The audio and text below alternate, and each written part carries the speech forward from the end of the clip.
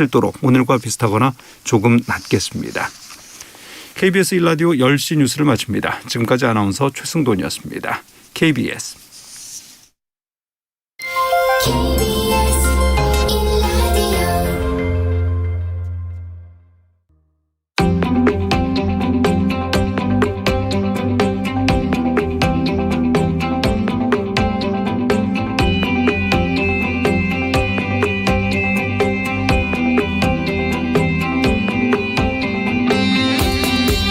김성환의 시사야.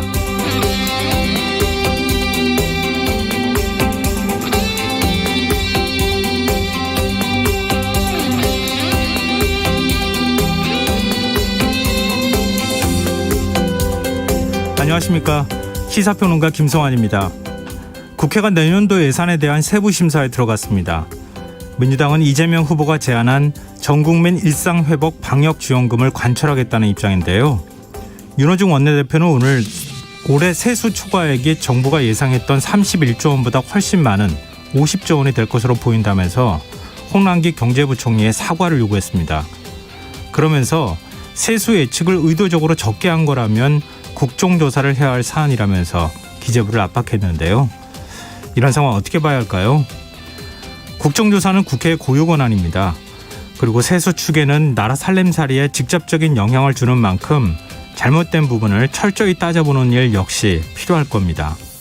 하지만 대선을 앞두고 나오는 여당의 국정조사 요구를 어떻게 봐야 하는지 의문이 들기도 하는데요.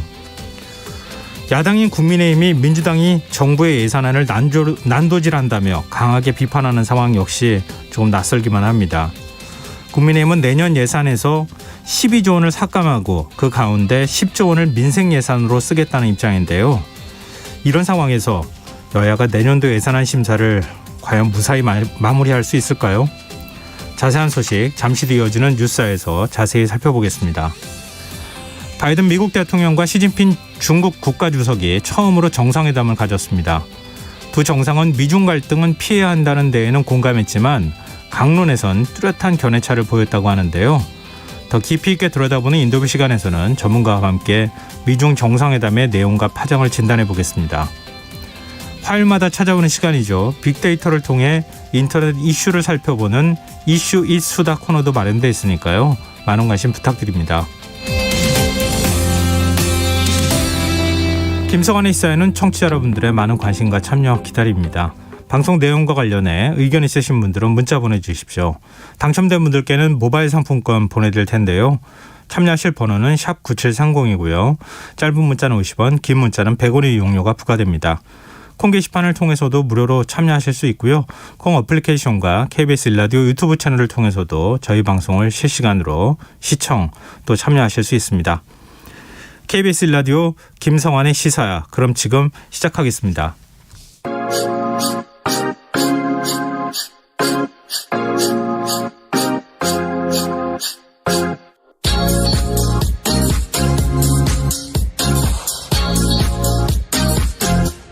KBS 1라디오 김성환의 시사야.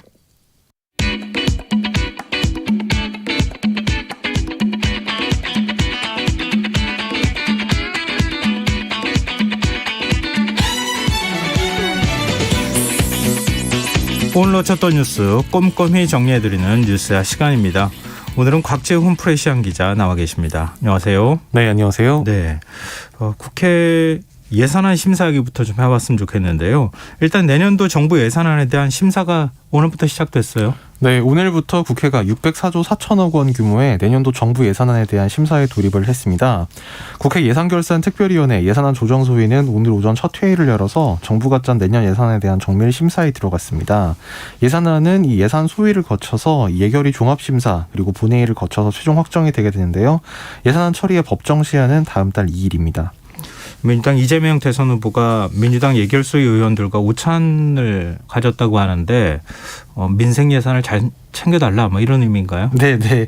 오늘 그래서 그 이재명 후보 예산안 조정 소위 그 의원들하고 도시락午餐을 하면서 민생 예산을 잘 챙겨달라 이렇게 당부를 했습니다. 네. 다만 뭐 구체적으로 뭐 방역지원금이라든지 이런 세부 항목까지는 거론하지 않았다고 하는데요.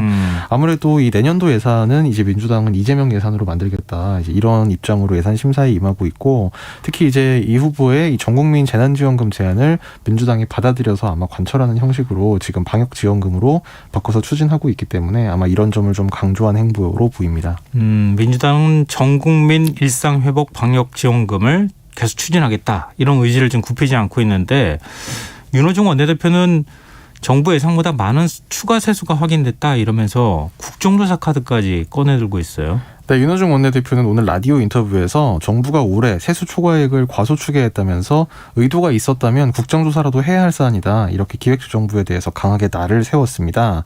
또 오늘 아침 원내대책회의에서도 이런 중대 사안을 두고도 재정당국은 책임지긴커녕 끊임없이 국회 예산심사 과정에 개입하고 있다면서 예상보다 많은 세수가 있다면 어떻게 써야 할지 정부 여당의 철학과 책무를 따라야지 관료들의 주판알과 탁상행정에 따를 일이 아니다 이렇게 얘기했는데요. 내용도 내용입니다만 뭐 표현도 뭐 탁상행정이다, 주판알이다 상당히 그 날이 그 날카롭게 서 있었습니다. 홍남기 경제부총리를 뭐 겨냥한 발언이라고 볼 수 있는데, 지금 당정 갈등이 이렇게 표면화되고 있는 상황이면 청와대가 좀 나서야 하는 거 아닌가 이런 여론도 있는데, 혹시 입장이 나온 게 있습니까? 예, 그러니까 제가 좀 아까 이제 윤호중 원내대표 입장을 전해드렸고, 이재명 후보도 사실 어제 이제 뭐 그 홍남기 부총리를 향해서 뭐 만행에 가까운 예상 편성이라든지 아니면 뭐 그 책상을 떠나 따뜻한 안방이 아니라 찬바람 부는 서민의 삶을 체감해봐라 뭐 이런 얘기까지 하면서 네. 당정 갈등의 우려가 조금 나오고 있는데요. 청와대는 아직까지는 관망세를 취하고 있습니다. 이 당정 갈등에 대해서 방관하고 있다 이런 비판이 나옴에도 지금 청와대에서는 지켜보겠다는 태도가 계속되고 있는데요. 청와대 핵심 관계자는 오늘 기자들과 만나서 당정 간에 원만하게 의견을 조율해 나갈 것이다 이런 언론적인 답변만 내놨고요. 네. 청와대 이철희 정무수석도 오늘 아침 라디오 인터뷰에 나와서 이건 청와대가 조정할 수 있는 사안이 아니다. 그러면서 정부가 공식적으로 예산안을 편성해서 국회에 다 넘겨놨다. 그래서 공은 국회로 넘어가 있다고 강조를 했습니다. 국회가 알아서 결정하라는 거예요? 아니면 청와대가 선거 중립을 의식해서 이렇게 발언하는 겁니까? 예, 뭐 지금 임기 말에 아무래도 권력 무게 중심이 일단 차기, 그러니까 당으로 지금 이동을 한 데다가 네. 청와대에서 이 예산 관련 어떤 입장 표명을 하는 게 뭐 대선에 영향을 미칠 수도 있다. 아마 이런 우려도 좀 작용을 한 걸로 보이고요. 그리고 이철희 수석 얘기도 이게 뭐 지금 정부와 그 여당 간의 어떤 입장 차이 이런 것보다는 먼저 여야 간에 국회에서 논의를 해서 이제 예결위에서 수정을 하면 정부는 거기에 따라가면 될 문제다. 이런 원칙론을 강조한 것으로 보입니다. 확실히 무게중심이 현재 권력보다는 미래 권력 쪽에 쏠리고 있는 거 아닌가 이런 생각이 드는데요. 국민의힘은 어떤 반응 보이고 있습니까? 네, 국민의힘은 그 여당이 추진하는 방역지원금을 매표 행위로 규정하는 한편 선거법 위반 여부도 따지겠다 이렇게 팔을 걷어붙이고 나섰는데요. 네. 국민의힘 예결위 간사인 이만희 의원은 오늘 소위 이재명 후보 선거지원금에 대해 국민 70%가 반대하고 있다. 그러니까 방역지원금을 이렇게 표현을 하면서 선거법 위반 논란과 함께 정부 반대에도 직면하고 있다고 지적을 했습니다. 이어서 내년도 세입이 아닌 올해 세입으로 추진하는 것이기 때문에 내년도 예산안 심의 대상이 아니라고 지적을 했습니다. 근데 이재명 후보가 윤석열 국민의힘 후보를 상대로 당대당 협의를 하자 뭐 이런 제안을 했던 거잖아요. 네. 민생 문제 협의해보자 이제 이런 건데, 뭐 당대당 협의라고 하는 게 결국 민주당하고 국민의힘이 양당이 일종의 절충점을 찾아야 되는 상황 아니겠어요? 네. 어느 정도 뭐 찾을 가능성이 있겠습니까? 아무래도 지금 당장은 좀 어려워 초기에 입장차가 크기 때문에 당장은 좀 어려워 보이는데요. 아무래도 좀 협의가 있다 보면 여당 그리고 정부 간에 지금은 마치 이제 여당 안에서 기재부에 대해서 굉장히 강한 비판의 목소리가 나오고 있지만 결국은 이 당정 협의가 이제 작동을 하게 되면 결국은 거기서 이제 어떤 안이 도출이 되면 그것을 가지고 이제 야당과 협상하게 될 가능성이 좀 있어 보이고요. 그리고 특히 이제 핵심적인 갈등 사안이 이른바 방역지원금, 이제 국민들에게 직접 나눠주는 이제 일종의 현금성 복지 이 예산이 지금 쟁점이 되고 있는 건데 네. 사실 선거를 앞둔 시점에서 이런 이 지원금에 대해서 야당이라고 해도 좀 세게 반대를 하긴 좀 어렵지 않겠느냐 이런 관측도 있습니다. 특히 어떤 사례가 있냐면 지난 총선을 앞두고 그리고 이제 그 이후에도 보면 이제 김종인 당시 이제 그 국민의힘 비상대책위원장이 국민의힘 당수를 맡고 있을 때였는데 네. 네. 처음에 굉장히 비판적 입장이었는데 결국은 뭐 이제 그 지원하는데 야당도 협조를 하는 것으로 이제 입장을 틀었던 그런 전력도 있고 지금 또 김종인 위원장이 곧 이제 그 국민의힘 선대위 지휘봉을 잡을 것으로 예상이 되고 있어서 아마 이런 부분에 대해서는 좀 유연한 태도를 보일 수도 있지 않을까라는 관측입니다. 지금 겉으로는 굉장히 뭔가 갈등이 일어나는 것 같지만 나중에 실제로 협상 테이블에 앉게 되면 내용이 달라질 수도 있을 것이다. 네, 일단 여당이 거네요. 180석인데다가 그 12월 네. 2일 법정 시한이 정해져 있기 때문에요. 야당으로서는 좀 한계가 있을 겁니다. 네. 화제를 좀 바꿔볼까요? 이 국민의힘 선대위 구성 어떻게 하느냐. 이 굉장히 큰 관심거리인데 윤석열 후보가 당내 경쟁 주자였던 원희룡 전 제주지사 그리고 나경원 전 의원과 만났어요. 네, 그 선대위 문제는 지금 계속 암중에서 지금 조정이 이루어지고 있는 것으로 지금 관측이 되고 있고요. 네. 윤석열 후보는 오늘 그 원희룡 제주지사와는 조찬 모임을 가졌고, 네. 그리고 오전에 나경원 전 의원과 이제 차담을 잠깐 가졌습니다. 원 전 지사는 오늘 회동에서 어떤 역할이든 최선을 다하겠다 이런 입장을 전달하고, 또 홍준표 의원, 유승민 전 의원 등 경선에서 경쟁했던 후보들에 대해서도 최대한 마음을 돌릴 수 있도록 최선을 다해야 한다 이런 취지의 조언을 한 걸로 전해졌고요. 나경원 전 의원도 이 윤 후보와 만난 이후 언론 인터뷰에서 당원으로서 직책과 상관없이 정권 교체를 위한 역할을 하겠다 이런 입장을 밝혔습니다. 근데 윤 후보가 나 전 의원에게는 공동 선대위원장직을 제안했다고 지금 알려지고 있는데 네. 지금 원희룡 전 지사나 아니면은 홍준표, 유승민 현 전현직 의원 네. 같이 경쟁 주자였던 이런 이제 후보들에게는 혹시 제안 안 했어요? 같이 원래 원팀 되려고 하면은 공동 선대위원장직 다 해야 되는 거 아닌가요? 일단 공개적으로 한 얘기는 오늘 이제 윤 후보가 기자들을 만나서 한 얘기가 홍준표 의원이나 유승민 전 의원 같은 경우에 그 직접 뭐 집까지 찾아가고 이제 이렇게 되면 좀 더 쉬고 싶은 그러니까 경선이 끝나고 좀 휴식을 좀 더 취하고 싶은데 그게 방해가 될까봐 집으로 찾아가거나 이렇게 하진 않았고 다만 전화만 드렸는데 안 받더라 그냥 이렇게만 이야기를 하더라고요. 그리고 아마 나경원 전 의원 같은 경우에는 이 다른 언론 인터뷰 내용을 보면 뭐 당원으로서 어떤 직책이든지 어떤 직책이든지 맡겠다 이름이 뭐가 됐든 상관없이 정권 교체를 위해서 노력하겠다 이렇게 얘기한 걸로 봐서 아마 공동선대위원장은 지금 수락을 할 것으로 보입니다. 네, 나머지 같이 경쟁 주자였던 정치인들은 백의종군 하겠다 이런 입장이었잖아요. 과연 네. 그런 자리까지 수락을 할지 이건 또 지켜봐야 될 문제겠네요. 그러니까 원희룡 전 지사 같은 경우에는 지금 적극 나서서 돕겠다는 입장이고 실제로 접촉이 있고요. 유승민 전 의원의 말 중에 이제 백의종군이라는 표현이 있었는데 네. 근데 백의종군이란 말이 약간 좀 양면적인 뉘앙스가 있습니다. 그러니까 열심히 노력하겠다는 뜻도 있지만 백의종군이라서 아무런 직책 안 맡겠다는 그렇죠. 뜻도 아무 직책을 안 있잖아요. 맡겠다. 네. 혹시 그런 뜻을 좀 애둘러서 표현한 게 아니냐 그런 해석도 좀 있습니다. 홍준표 의원 분위기도 좀 비슷해서 좀 보죠 앞으로 어떻게 할지. 근데 지금 이제 선대 출범은 원래는 20일쯤에 할 것이다 이렇게 얘기가 나왔는데 빠르면 내일쯤에도 할 수 있다 이런 얘기도 나오고 지금 언제 하는 거예요? 어떻게 윤곽이 잡히는 거예요? 그러니까 원래 20일을 얘기한 게요. 사실 20일이 토요일이라서 토요일에 무슨 발표를 하겠다는 건지 그 점에 대해서 좀 의아하게 생각하는 점도 있었는데요. 네. 20일까지는 하겠다 이런 이야기였고 왜냐하면 그것이 이번 주 월요일 그러니까 15일에 김종인 전 비대위원장의 출판기념회가 있었습니다. 그래서 그 이후에 아마 김 전 위원장의 등판이 본격화돼서 한 일주일 정도 조정 기간이 필요하지 않겠느냐 아마 이런 예측이었고 네. 그래서 이제 윤석열 캠프 측에서 아마 20일 전후로 이제 발표를 할 것이다 이런 발표가 나왔던 건데요. 그 원래 그래서 좀 그 막판에 조율이 좀 이뤄진 것으로 이제 알려지면서 뭐 빠르면 내일 그러니까 그 17일이라도 좀 발표가 될 수 있지 않겠느냐 이런 관측도 나왔는데 네. 오늘 이제 윤석열 후보 그다음에 이준석 국민의힘 대표 둘 모두 내일은 좀 아닐 것 같다. 그러니까 윤 후보는 오늘 아주 늦지는 않겠지만 내일 발표할 건 아니다. 원만하게 진행되고 있고 서두를 일은 아닌 것 같다. 기자들과 만나서 이렇게 얘기를 했고요.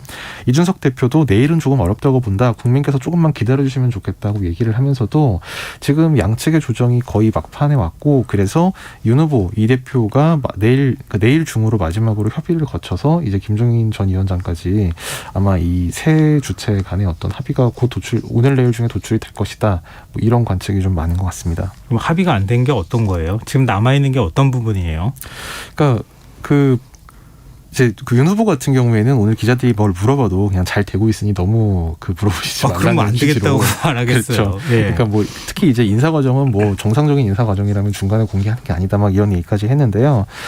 사무총장직 같은 경우는 지금 어느 정도 정리가 된 걸로 보이는데 문제는 이제 김종인 위원장이 얘기를 하는 게 말하자면 지금까지 계속 일관된 메시지를 던지고 있습니다. 그 새로운 정치, 어떤 새로움에 대한 네. 메시지를 줘야 된다 이 얘기를 하는데 이 얘기가 무슨 얘기냐면 결국 어떤 중진들이 그러니까 그 정치를 오래 했던 막 20년 정도 했던 중진들이 윤석열 후보 옆에 이렇게 쭉 서서 이렇게 있었을 경우에 이게 만약에 유권자들에게 별로 좋은 이미지를 줄 수 없기 변화 때문에 이미지를 못 준다. 그렇죠. 예. 이제 좀 어떤 새로움의 이미지를 줄 수 없기 때문에 그런 건 좀 하지 않아야 된다. 그런 것인데요.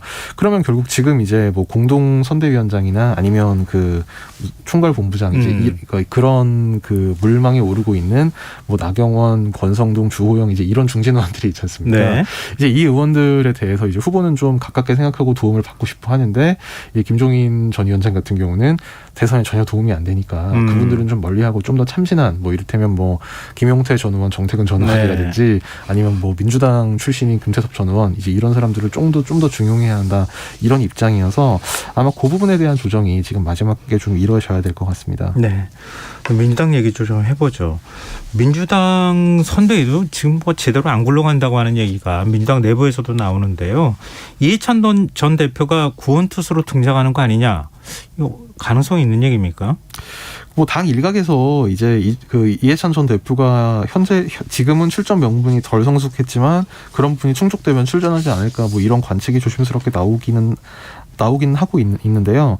현재로서는 지금 이해찬 전 대표는 지금 선대위 고문을 맡고 있고, 그러니까 고문이라는 그 본래 역할에 맞게 어떤 자문 이제 이런 것에 좀 더 충실한 것으로 보입니다. 네, 알겠습니다. 이거는 뭐 좀 더 지켜봐야 되겠어요. 보니까.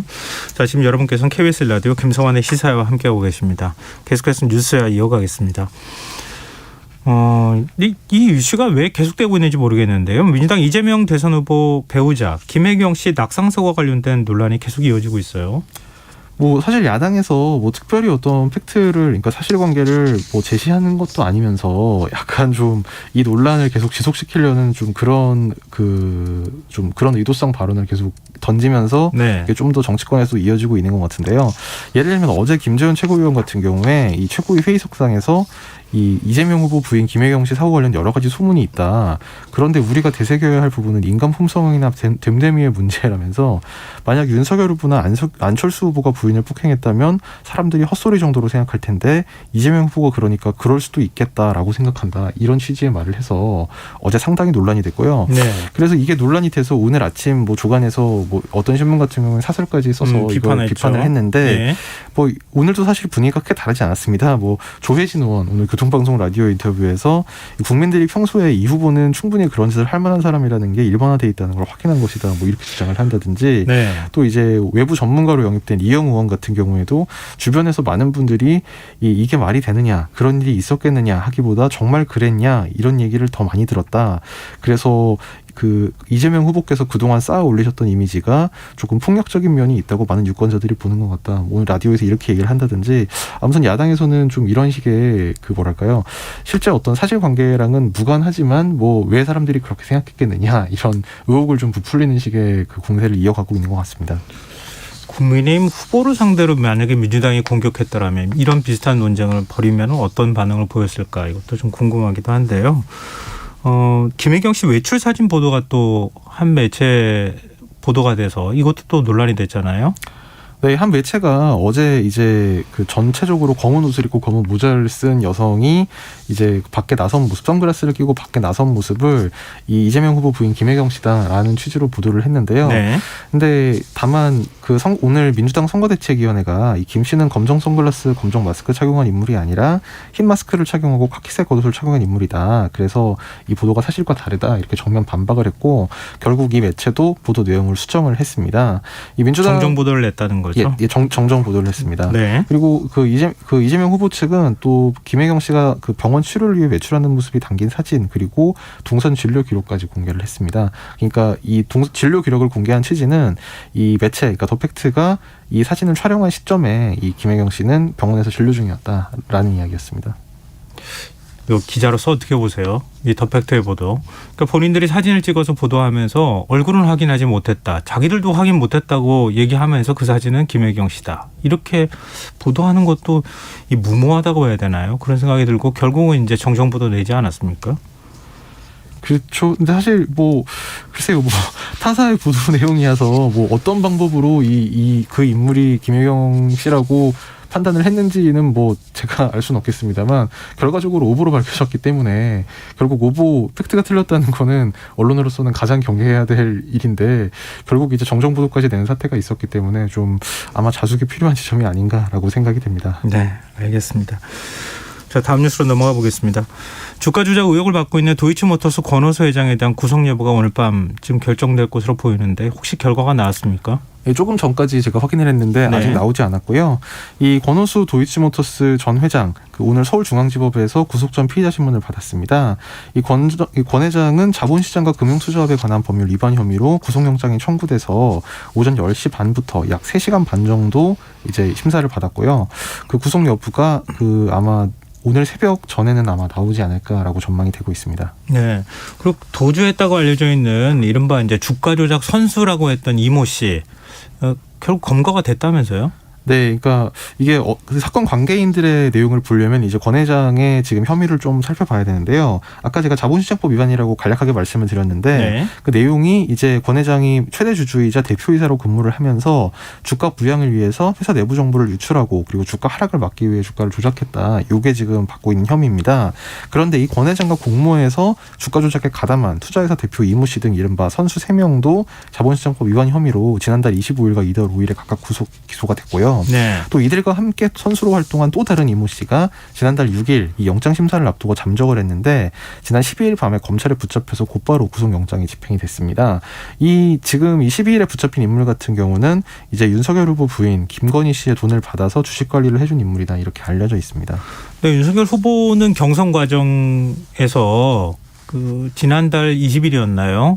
의혹 제기가 있으니까 계좌까지 공개했었잖아요. 네네. 어느 정도 김건희 씨가 어느 정도로 지금 주가 조작에 연루가 된 의혹을 받고 있는 겁니까? 그 검찰은 지금 이 주가 조작 과정에서 김건희 씨가 돈을 댔다. 그러니까 이른바 전주 역할을 했다. 이제 그런 내용의 고발장을 접수해서 해당 의혹을 수사를 하고 있는데요. 다만 지금 검찰에서 지금 이번에 그 권오수 회장에 대한 영장을 청구할 때 이 김건희 씨 관련 내용은 담기지 않은 걸로 전해지고 있습니다. 일단 그래서 만약에 이번에 네. 그 권오수 회장이 그 구속 영장이 청구가 돼서 구속이 됐을 경우에는 아마 이제 그 김건희 씨 혐의 부분에 대해서도 좀 추가로 수사를 확장할 수 있지 않겠느냐. 법조계에서 이렇게 예측을 하고 있습니다. 그러니까 권오수 회장이 아까 도주했다고 하는 주가 조작 선수라고 하는 이 씨를 김건희 씨한테 소개를 해주는 과정이 있었고 결국은 이제 그 이 씨한테 계좌를 맡겨서 그 계좌가 이른바 전주라고 불리는 그러니까 그 계좌가 주가 조작에 동원이 됐다. 이제 이런 관계잖아요. 네네. 정치권은 어떤 반응 보이고 있습니까?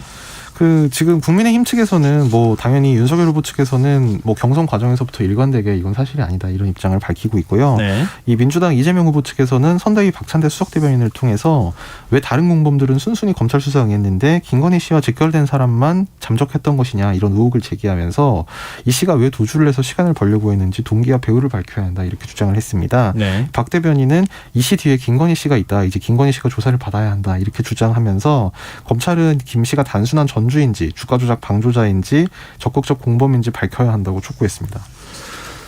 다른 수사가 또 있는데요. 지금 공수처가 한명숙 전 총리 모해 위증 의혹과 관련한 수사를 좀 하고 있는 상황 아니겠어요? 윤석열 후보에 대한 이권 조치를 하기도 했었는데 지금 네. 조사에 본격적으로 들어간 겁니까? 그러니까 이 사건은 이제 윤석열 후보가 검찰총장이시던 시절에 한명숙 전 총리 사건을 대검 감찰부가 아닌 인권부로 재배당했다. 그리고 수사를 맡았던 이문정 감찰 담당관을 교체했다. 이것이 수사 방해에 해당한다는 혐의였는데요. 네. 이 정치권과 법조계에 따르면 공수처 수사 3부에서 지난 11일 윤 후보 측에 이 사건 관련에 대해서 윤 후보의 의견을 받고 싶다 이런 서면 진술을 요청한 걸로 알려졌습니다. 공수처에서는 지난 6월에 이 사건으로 이 윤 후보를 입건한 이후에 7월 대검과 법무부를 압수수색했고 9월에는 이문정 담당관 그다음에 한동수 감찰부장을 참고인 10분으로 조사를 한 바가 있습니다. 공수처가 서면 조사를 선택한 이유가 있을까요? 일단 서면 진술을 받아서 이제 소환 조사 필요성을 좀 검토하겠다. 일단 이런 신중한 그 입장에서 이런 조치가 취해졌다 이런 분석도 있고요. 다만 이제 서면 조사를 해보고 만약에 이제 필요하면 소환 조사도 할 가능성도 열어놓고 있다. 이제 이렇게 보는 관점이 있고요. 또 반대로 이제 A4 용지 한 40 10페이지 정도 질의서를 보냈다고 합니다. 그러니까 네. 서면 답변을 요청한 내용이 이렇게 상당히 많은데 네. 이것을 또 기한도 좀 넉넉하게 22일까지 회의해달라 이렇게 요청한 걸로 알려지면서 그냥 그 소환 조사를 대신해서 서면 조사로 좀 하려는 게 아니냐. 그래서 좀 대선 이런 관련 논란을 의식해서 소환을 실제로는 하지는 않고 사건을 종결하려는 절차 아니냐. 뭐 이런 관측도 있습니다. 윤석열 후보 측은 어떤 반응을 보이고 있습니까? 네, 윤 후보 측에서는 오늘 공수처에 관련 의견서를 제출을 했는데요. 그 윤 후보의 대리인인 최지우 변호사는 그 의견서에서 고발 사주와 제보 사주 사건은 고발인과 피고발인이 각 사건의 상대방이나 다름없고 20대 대통령 선거에 영향을 미칠 수 있다는 점에서 어느 사건보다 공정한 수사가 요구되지만 공수처가 불공정한 수사를 하고 있다고 의심된다. 이런 입장을 밝혔습니다. 이런 내용은 지금 오늘 윤 후보의 법률 대리인인 최주일 변호사가 한 6페이지 분량의 고발인 의견서라고 해서 이 고발사주 의혹 수사 관련 의견서를 공수처에 제출을 한 겁니다. 네. 지금 뉴스야 들으시면서 청취자분들도 문자 주고 계시는데요. 휴대전화 뒷자리 4988 쓰시는 청취자분께서 대선 후보들 정정당당하게 정책 대결 좀 해주세요. 이렇게 또 의견을 주셨고요. 소용조님은 갑갑한 시국입니다. 전부 국가와 국민을 보지 않는 시대. 굉장히 의미심장한 의견 보내주셨습니다. 감사드립니다. 계속해서 의견 많이 보내주십시오. 자, 오늘 뉴스아이 여기까지 하겠습니다. 지금까지 곽재원 프레시안 기자였습니다. 고맙습니다. 감사합니다.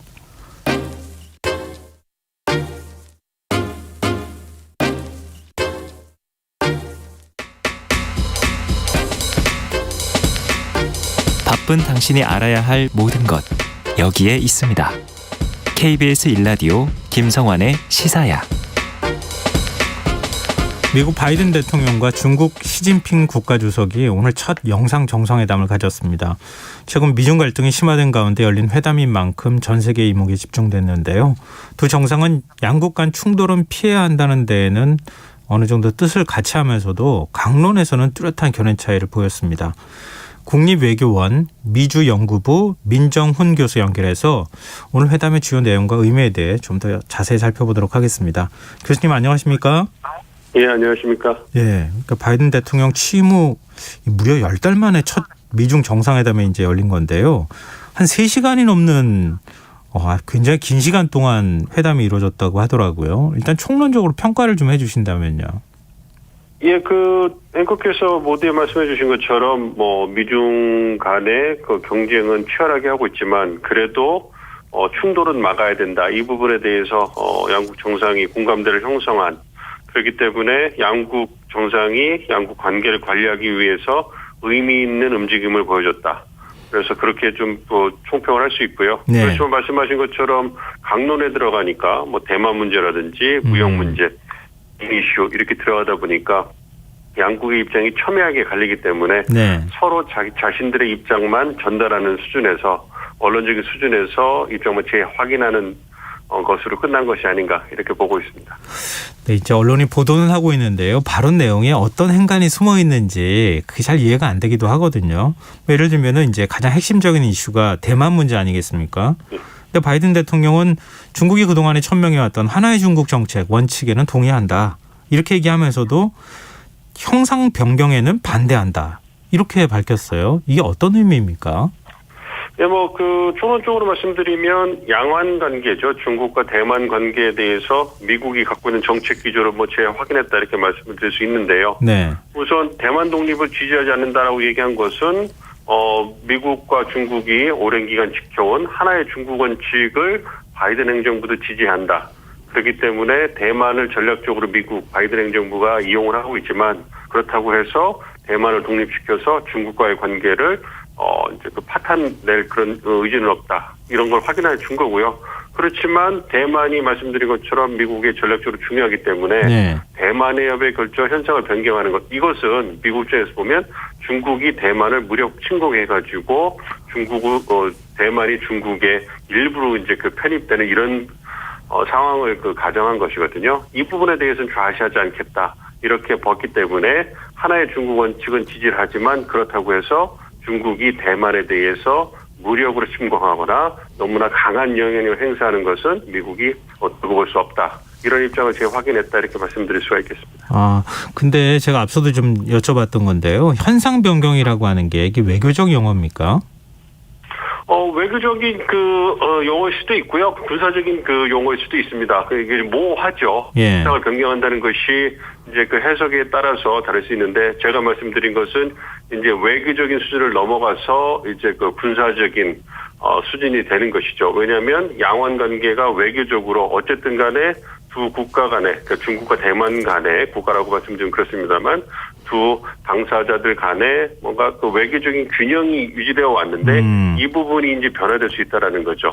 그래서 이제 대만이 너무 바이든 행정부 쪽에 붙고 또 이러한 분위기를 그 미국 바이든 행정부도 이용해서 중국을 압박하고 있고 그리고 이제 하나의 중국원 측을 갖다가 그 중국이란 대국을 운영하는 원칙으로 삼고 네. 그 정부의 입장에서는 예. 이 부분이 깨지면 국가를 운영할 수가 없는 거죠. 그렇기 때문에 받아들일 수 없는 거고 이 외교적 균형이 깨지다 보니까 외교적 현상이 변경되고 이것이 결국은 더 나가다 보니까 외교의 마지막 수단은 군사적인 전쟁일 수밖에 없기 때문에 네. 이제 말씀드린 게 이제 군사적으로도 이제 의미가 있을 수 있다 이렇게 말씀드린 겁니다.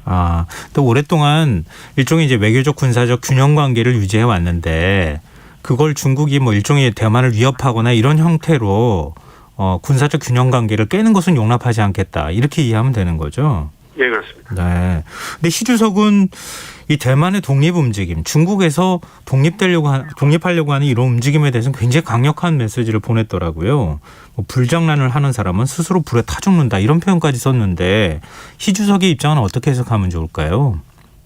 뭐 말씀드린 것처럼 대만은 그 홍콩이라든지 남중국해, 그다음에 신장 위구르 자치 그 지역과 더불어서 중국이 핵심이라고 지금 말하는 부분이거든요. 네. 그렇기 때문에 대만에 있어서 중국의 영향력이 감소가 되거나 대만이 독립을 한다든가 대만이 미국 쪽에 완전히 넘어가가지고 미국의 영향이 들어간다든가 이렇게 되면 말씀드린 것처럼 중국이 그 큰 나라를 운영하는데 쉽지 않은 거죠. 대만이 본부기가 돼서 홍콩이라든지 마카오라든지 아니면 신장 위구르 자치지역이라든지 이런 지역에서 독립 운동이 일어난다면 그것은 그 중국은 헤어날 수 없는 정치 혼란에 빠지게 되는 것이죠. 그렇기 때문에 네. 이 대만 문제는 그 시진핑 주석 중국 정부에게 있어서는 절대 놓칠 수 없는 매우 중요한 그 국가 이익이기 때문에 굉장히 강경하게 이제 시 주석이 미국과 바이든 대통령과 대화해서 대응을 하는 것이죠. 네.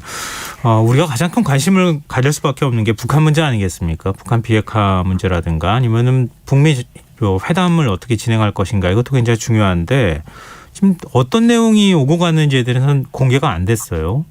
이거 어떻게 봐야 됩니까?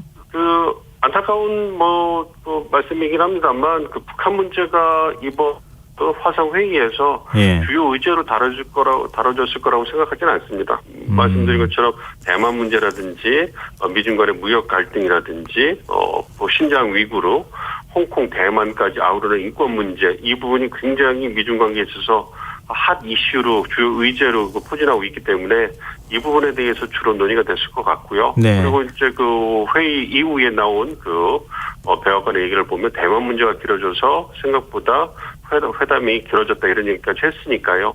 아무래도 그 주요 의제를 먼저 다루고요. 그리고 나서 기후변화라든지 북한 이란 문제를 원론적인 수준에서 다루지 않았나 싶습니다. 그래서 북한 문제에 있어서 아무래도 한반도가 중요한 지역이고 그렇기 때문에 북한 문제 해결을 위해서 미중 양국이 노력을 하는 게 필요하지 않겠느냐. 이 정도에서 끝나지 않았을까. 그래서 좀 개인적으로 안타까운 측면이 있습니다. 근데 경제 문제 특히 이제 미중 무역 갈등 문제에 대해서도 얘기를 안 할 수가 없었던 상황이었던 것 같긴 한데요. 일단 시 주석은 그동안에 중국 측이 계속 요구했던 것처럼 중국 기업 압박을 멈춰라 이렇게 요구했고 바이든 대통령은 중국의 불공정 무역 관행을 좀 다시 지적을 했거든요. 근데 그렇게 하면서도 무역 관세 얘기는 또 얘기를 안 했어요. 이거 어떻게 지금 앞으로 미중 간에 지금 무역 분쟁 갈등 어떻게 될 거라고 보십니까? 우선 말씀해 주신 것처럼 미중 양국 모두 합의를 지키지 않고 있는 게 문제인 거죠. 아시는 것처럼 2020년 작년 1월이죠. 미중 1단계 무역 합의를 체결을 했잖아요. 네. 그래서 주요한 내용이 이제 그 중국이 작년과 올해에 걸쳐서 미국 제품과 서비스를 2017년 대비 2천억 달러 추가 구매하기로 약속했는데 네. 뭐 요즘 뭐 그 워싱턴에서 나온 보고서를 보니까 지난 9월 말 기준으로 중국 측이 60%가 이행을 하지 않았다. 이런 얘기가 나오고 있고요. 그리고 이제 미국도 사실 그 중국과의 1단계 무역 합의 이후에 이거 고율의 관세를 갖다 그 철회를 해야 되는데 네. 이거에 대해서 부분적으로는 처리하고 여전히 2,500달러에 달한 중국 제품에 대해서는 5%의 관세 계속 부과해 왔단 말이에요. 예. 그러니까 미국도 불만이고 중국도 불만인 상황인 거죠. 그래서 이제 이 부분이 이제 그 어쨌든 이 2018년도에 시작된 이러한 1단계 무역 전쟁이 됐고 작년에 그 체결 무역 합의가 이제 그 올해 말이면 끝나기 때문에 네. 이제 새롭게 또 이제 미중 간에 무역 관련돼서 이제 그 협의를 해야 되기 때문에 이러한 부분에서 이제 원론적인 수준에서 바이든 대통령이 운을 띄운 게 아닌가 싶습니다. 그래서 최근에 그 캐서린 타이라는 미국 무역대표부 대표가 네. 이제 그 워싱턴에 기자를 만나가지고 바이든가 대중국 무역 관련해서 목표로 하는 것은 중국이 1단계 무역 합의를 준수하는 것이다. 그래서 미흡한 점이 있으면 들여다보고 이것을 개선하라고 요구할 거다. 이렇게 얘기를 했기 때문에 네. 그 부분에 있어서도 이제 미중 간에 이제 그 갈등 협의가 본격화되지 않을까 이렇게 예상하고 있습니다. 아, 근데 이제부터 이제 실무 협상이 다시 시작되는 것이나 다름이 없다 이런 말씀이시군요. 약간 주제를 좀 바꿨으면 좋겠는데요. 현지 시간으로 내일 한미일 외교 차관들이 3국 협의회를 가질 예정이라고 하거든요. 그러니까 미국을 방문 중인 최정근 외교부 차관은 종전선언과 관련해 조만간 좋은 결과가 나올 것으로 기대한다. 이런 발언을 내놨는데요. 지금 종전선언이 좀 가시권에 들어왔다고 볼 수 있을까요?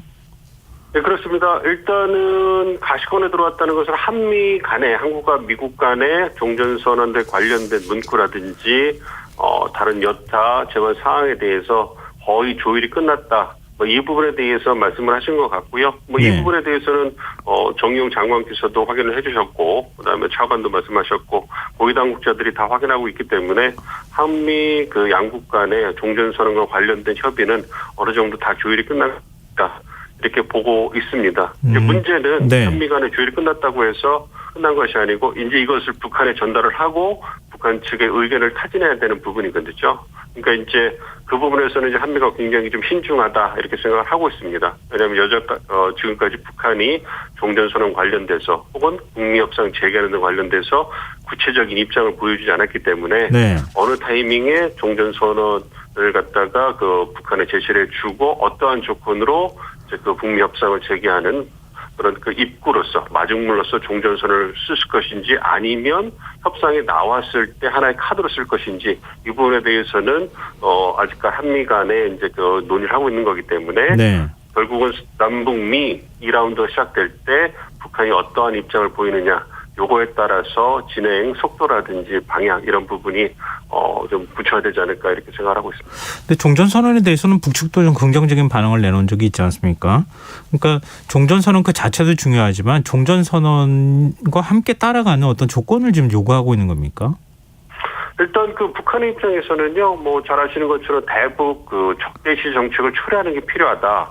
이렇게 얘기를 하고 있고요. 대북 적대시 정책이 뭐 잘 아시는 건 체제 안전 보장과 그 경제 제재를 갖다가 해제하는 걸 텐데요. 경제 제재를 해제하는 거에 대해서는 미국이 굉장히 난색을 표하고 있기 때문에 체제 안전 보장 조치의 일환으로서 종전선언 그리고 이제 그 경제 해제는 해제지거나 완화는 못할지언정 인도적 지원이라든지 네. 신지원을 통해서 북한이 처한 어려움을 해소해줄 가능성이 있기 때문에 종전선언 하나로 이제 그 패키지가 구성되는 게 아니고요. 네. 말씀드린 뭐 종전선언이라든지 남북 인도적 지원이라든지 여타 백신 지원이라든지 이런 식량 지원 이런 부분들이 하나의 패키지로 해가지고 제공될 거라고 보고 있기 때문에 이러한 패키지가 과연 북한의 어떤 그 마음에 들어서 북한이 이제 그 협상장으로 나오게 될지 이제 북한의 어떤 선택이 달려 있지 않나 이렇게 생각하고 있습니다. 네, 알겠습니다. 오늘 말씀 여기까지 듣겠습니다. 고맙습니다. 예, 감사합니다. 예, 지금까지 국립외교원 미주연구부 민정훈 교수였습니다.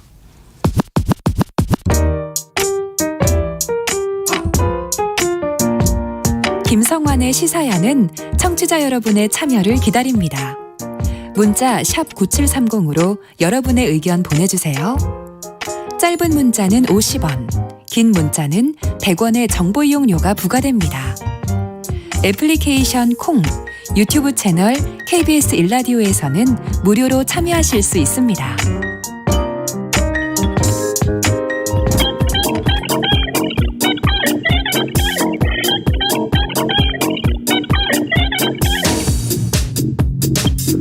빅데이터로 인터넷에서 화제가 되고 있는 이슈를 살펴보는 시간입니다. 이슈 이수다.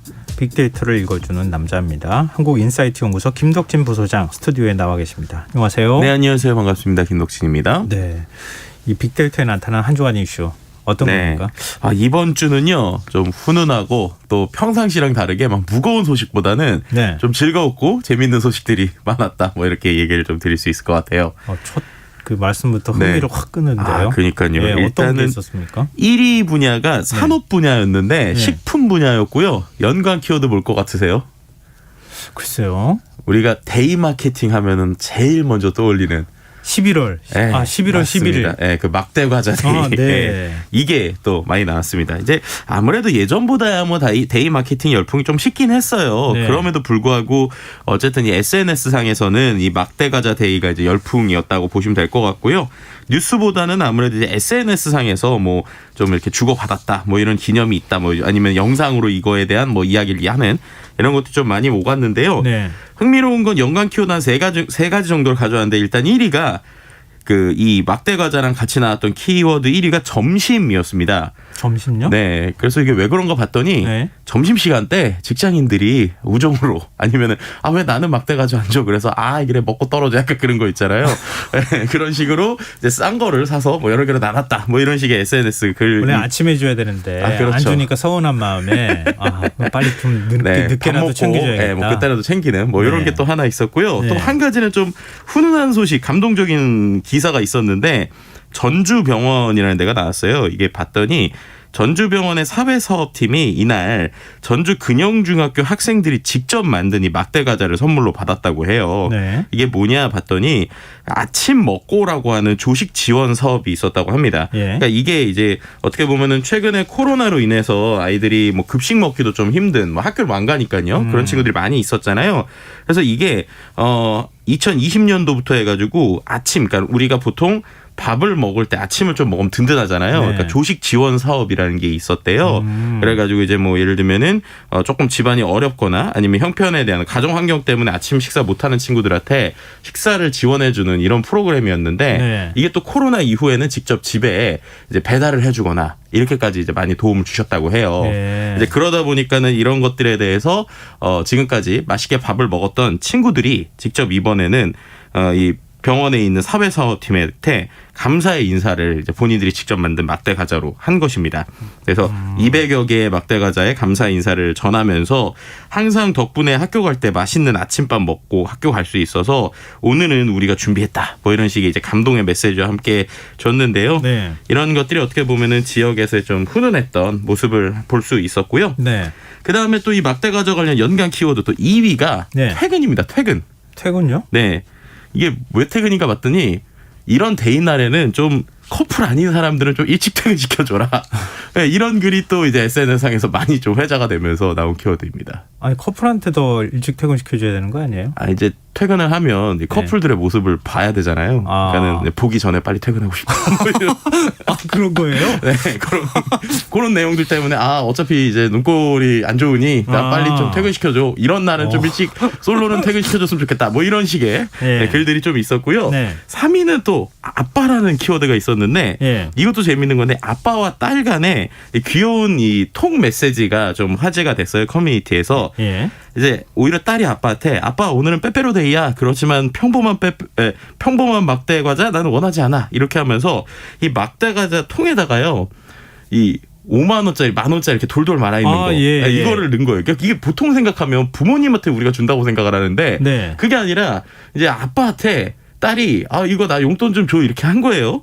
이런 게 진정한 막대 과자다 부탁해요 이렇게 아빠한테 얘기를 했더니 네. 아빠가 어떻게 하지 막 이러고 있다가 그런데 그럴 때 이제 또 이 딸이 아빠한테 나는 근데 은행잎이 좋아. 그러니까 비싼 거 달라는 거죠. 네. 네, 그렇게 해서 기다리고 있으게 했더니 아빠가 정말로 이 막대 과자 봉투에다가 이게 말아서 줬는데 정말 은행잎을 정말 그 은행잎을 말아서 준 거예요. 이랬더니 이제 막 당황을 하고 있는데 네. 또 이 아빠가 센스가 있던 게 네. 은행잎 속에 보물을 찾아봐라고 하는 톡을 보내서 네. 그 중에 2장을 열어보니까 정말로 5만 원짜리가 있었다. 뭐 이런 이제 커뮤니티에 있었던 이미지가 아주 많은 곳에 좀 돌았는데 전 그걸 보면서 최근에 확실히 Z세대라고 불리는 친구들 혹은 MZ라고 불리는 친구들이 확실히 이 부모와의 커뮤니케이션 혹은 정말 친구 같은 모습들을 좀 볼 수 있구나라는 면에서 좀 재밌는 부분이 있었습니다. 그래서 딸이 필요해요. 네. 참. 딸 같은 아들은 없더라고요. 저도 보니까 네. 딸 같은 아들이 있을 줄 알았는데 없습니다. 여러모로 네. 아쉽습니다. 자, 그 다음 주제는 뭐죠? 네, 2위 주제는 또 사회 분야 키워드인데 나눔과 관련된 키워드였어요. 확실히 이번 주는 훈훈한 소식이 많았는데 그러네요. 뭐 예를 들면은 한 그룹이 이제 취약계층의 겨울 따뜻한 겨울을 날 수 있도록 경기 안성시와 함께 이제 코로나19로 어려워진 안성시 내 취약계층 800여 가구에 1억 원 상당의 김치 또 겨울 이불 토종 벌꿀 같은 걸 나눴다고 하는데요.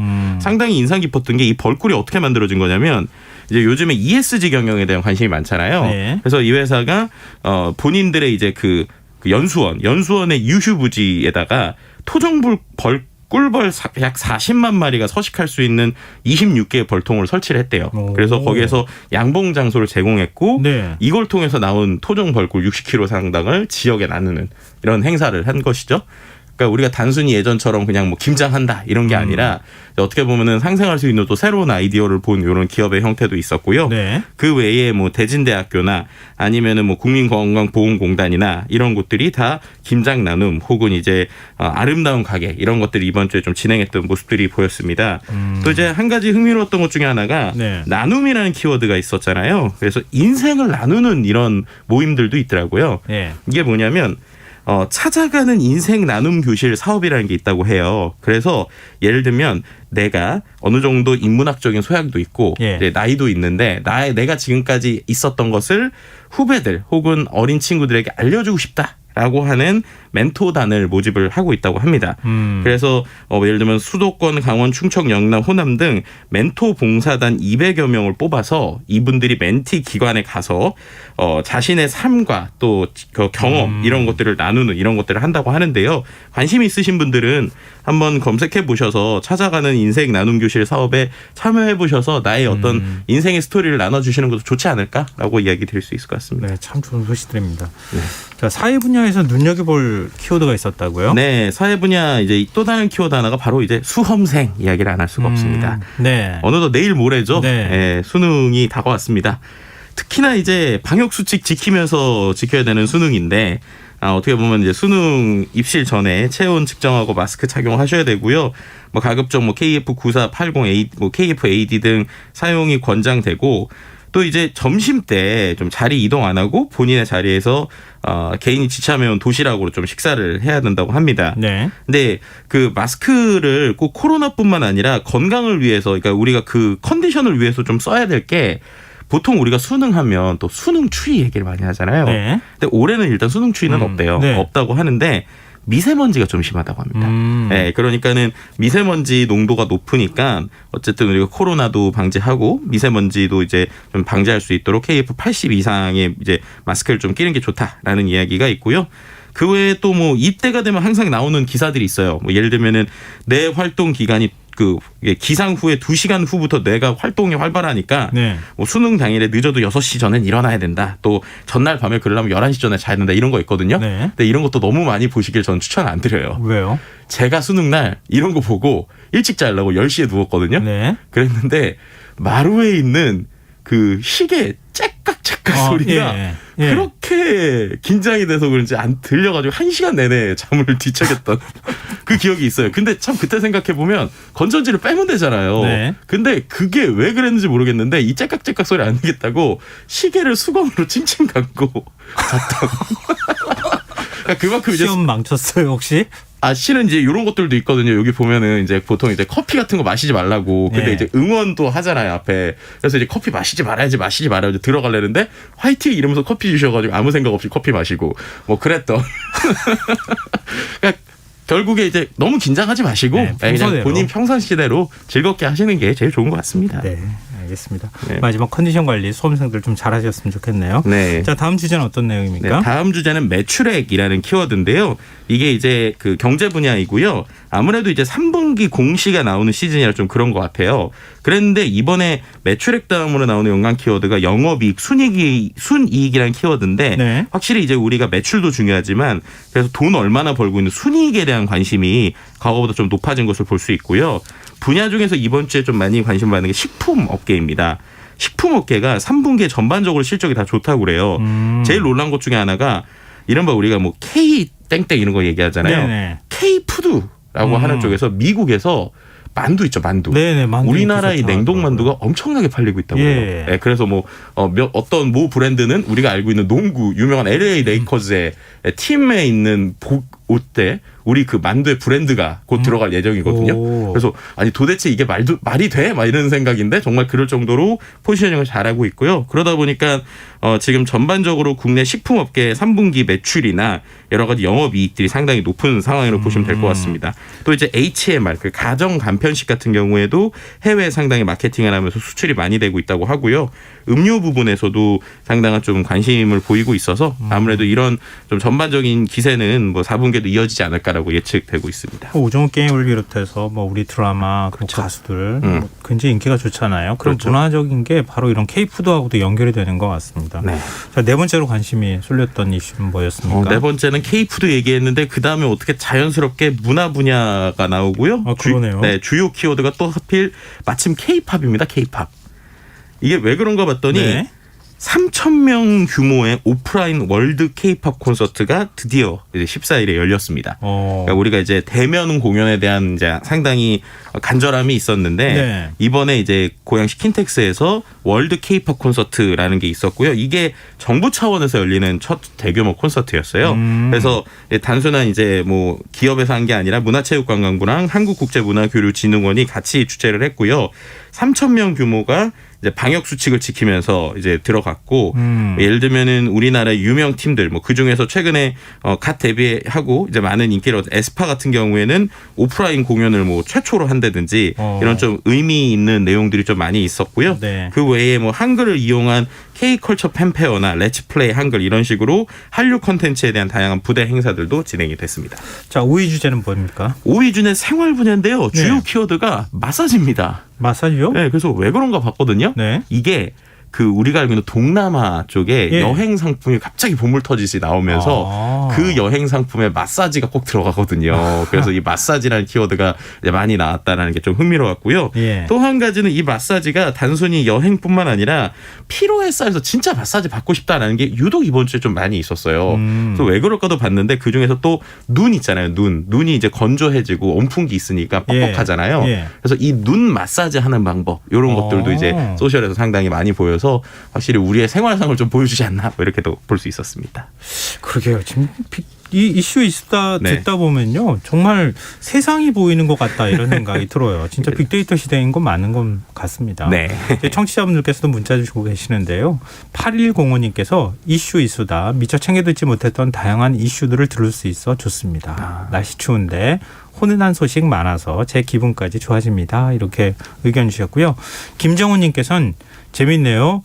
시사 파이팅 하십시오. 이렇게 굉장히 짧고 그렇게 파이팅! 네. 문자 주시기도 하셨습니다. 이렇게 한 주간의 이슈를 다 모아서 네. 이렇게 흥미로운 얘기 들려주셔서 정말 고맙습니다. 오늘 마무리할 시간이 벌써 다 됐네요. 네. 오늘 이슈 이수다. 지금까지 한국인사이트 연구소 김덕진 부소장과 함께했습니다. 고맙습니다. 네, 감사합니다. KBS 라디오 김성환의 시사야 1부 순서는 여기서 마무리하고요. 2부에서는 밤탐 뉴스